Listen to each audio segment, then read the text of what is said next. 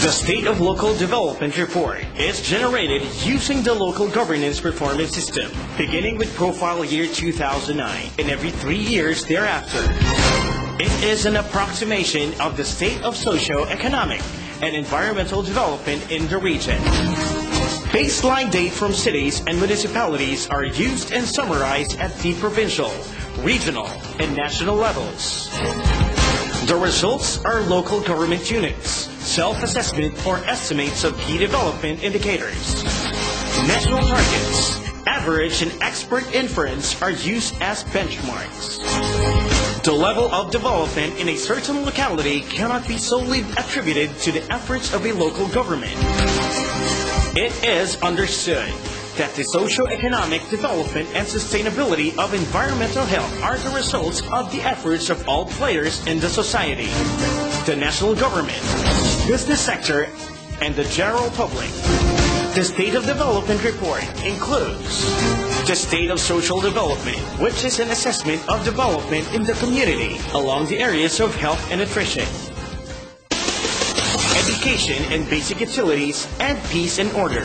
The state of economic development, which is an assessment of development condition along the areas of agriculture and fishery and or on the employment and income situation brought about by business enterprises and industries in the local governments. And the state of environmental health, which is an assessment of the environment conditions of the LGUs along the areas of coastal marine ecosystem, forest ecosystem, and urban ecosystem. Basically, when a local government unit obtains a development index of 1 or 2, it is considered as a core development challenge, while having an index of 3 or 4 means it is an acceptable level of development. An index of 5 is considered a desirable level of development. This color wheel is the web layout of the State of Development Report. At a glance, you can determine the development condition of a certain LGU. When most of the slices are shaded with red and orange, it indicates that there are a lot of priority attention areas to be addressed.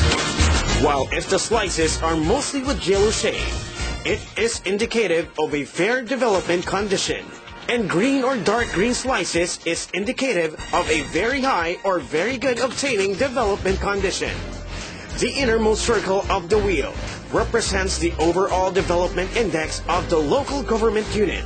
Moving outward are the sectors, subsectors, and the indicators along the development area.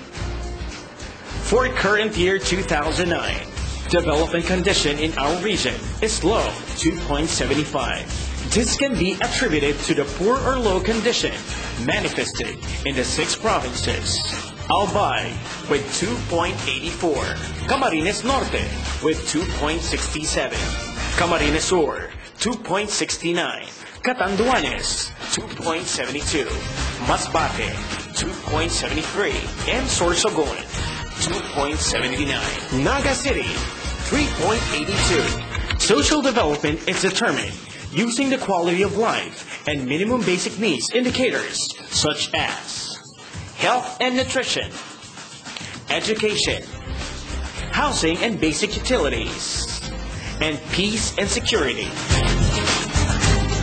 It is affected by both the state of economy and the environmental quality. The Bicol region obtained an average development index of fair, or 3.28 for overall social development. It is noteworthy that Naga City obtained a high development index of 4.05, while the 6 provinces obtained the development indices of 3.33 for Albay Province, 3.67 for Camarines Norte, 3.21 for Camarines Sur, 3.18 for Catanduanes, 3.07 for Masbate, and 3.26 for Sorsogon, with a fair adjectival rating. Therefore, it can be said that the Bicol region has an acceptable level of development in terms of social development. Contributory to such level of development are the following: health and nutrition with a rating of 4.06, which is relatively high. Education, got 3.09. And both housing and basic utilities and peace and order have fair development indices of 3.14. On health and nutrition, the following conditions contributed to the high level of development. In Bicol region, the risk of women dying from causes related to pregnancy, childbirth, and puerperium, or the time immediately after the delivery, is low. The obtaining condition is between 0.4 to 0.6 only per 1,000 live births, which is better than the Medium-Term Philippines Development Program, or MTPDP target of 0.9. But it is ideal to aim for a much lower rate.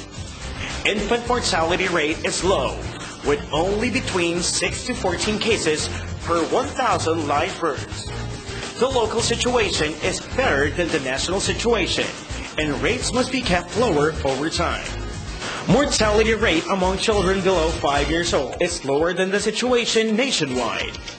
Provinces recorded 11 to 29 mortality of children below 5 years old for every 1,000 live births, while Naga City has 10 and below mortality per 1,000 live births. Malnutrition is within a tolerable limit with an average development index of 3.82, or fair. However, if this condition will not be addressed immediately, this may become a problem in the long run. Morbidity rates reflects the number of persons afflicted with any of the top 10 diseases in the country per 100,000 population in the LGU. The collated morbidity rates for the identified leading diseases such as tuberculosis, HIV, malaria, heart diseases, diarrhea, and dengue is between the index of 3 to 3.99. In general, it is within the acceptable condition. The challenge is then keep rates lower than the national targets, if zero prevalence is hardly attainable. Crude death rate is tolerable with an average development index of 3.56 and incidence of between 4 to 5 death cases per 1,000 population. This condition is the closest similar to that of the national situation with 4.8 per 1,000 population based on NSO census. Education in Bicol region obtained an average development index of 3.09. Naga City and the provinces of Albay, Camarines Norte, and Sorsogon fared fairly, while Camarines Sur and Masbate obtained poor development indices. Elementary participation or enrollment rate is relatively high, between 95 to 97%. The MTPDP 2010 target of 93% was achieved.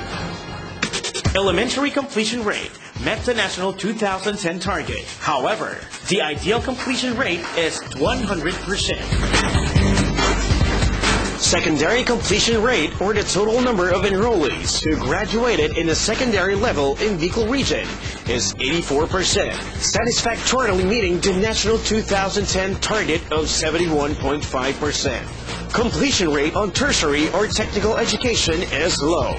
Most of the local government units in the region showed that out of their total population, only 25 to 50% have graduated from tertiary or vocational level. The national estimated target is 78%.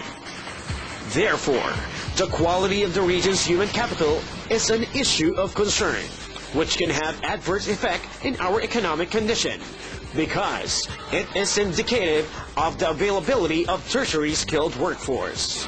On simple literacy rate, the Bicol region fared high. Most Bicolanos can read, write, and understand simple English, Filipino, or any language or dialect. Literacy rate in the province of Albay, Camarines Sur, Catanduanes, Sorsogon, and Masbate ranges from 92 to 95%. In Camarines Norte, the condition is high at 95 to 97%. Naga City has an exemplary development index of 98%, which is above literacy rate. On the state of housing and basic utilities, Bicol region obtained a fair development condition at 3.14. Such development condition is attributed to the following. The extent of house and lot ownership is high. the size of the informal dweller population is relatively low. LGPMS results show that for the assessment year, the number of households who settled in public and or private land without titles, rights, or even the owner's consent was very minimal, with an average of 60 to 14% only of the total households. But necessary attention should be given to the number of households living in makeshift houses or shanties. On basic utility needs of Bicolanos, such as households' access to sustainable and pipe-in water supply, obtain a poor development condition. Household access to pipe-in water supply is low. Difficulty in accessing water could be an issue to a number of residents. The same with the household's access to sanitary toilet facilities, causing so much inconvenience in health and sanitation are being compromised. In terms of the percentage of households with electricity in Bicol region, the situation is likely better than the 2002 national average for rural areas or the benchmark for LGUs outside Metro Manila and highly urbanized cities. Peace and order situation in the region has always been a serious concern, with a poor development condition rating of 2.82. Incidents of index crimes such as murder, homicide, physical injury, rape, robbery, and theft is within the tolerable level, while the incidents of non-index crime, such as crimes against national security, fundamental laws of the state, public order, public morals, violation of special laws, illegal gambling, illegal possession of firearms, carnapping, illegal drugs, kidnapping, serious illegal detention, and smuggling is also within the tolerable level. The phenomenal indicators, such as the incidence of rebellion and terrorism, gave rise to poor development condition. Incidence of rebellion is disturbing. More than 2 encounters have been reported for the past 3 years in the provinces of Catanduanes, Masbate, and Sorsogon, and 1 or 2 encounters in the provinces of Albay and Camarines Sur. The state of economic development is determined in terms of employment and income brought about by businesses, enterprises, and industries in the local governments. For the past year in review, Bicol region obtained a poor development index of 2.04. The state of employment is determined by 2 indicators: unemployment rate and underemployment rate. Unemployment rate and underemployment rate in the region is high. Income per capita is extremely low. Poverty incidence is high. Many families live below poverty threshold. State of environmental health is an assessment of the environment conditions of local government units in terms of coastal marine ecosystem, forest ecosystem, freshwater ecosystem, urban ecosystem, agricultural ecosystem. Bicol region fared poorly on environmental health with a rating of 2.93. On Bicol state of freshwater ecosystems, the development condition is fair. It was noted that fish catch in rivers or lakes decreased over the past 5 years. Polluting industries in riverside or lakeside are also prevalent.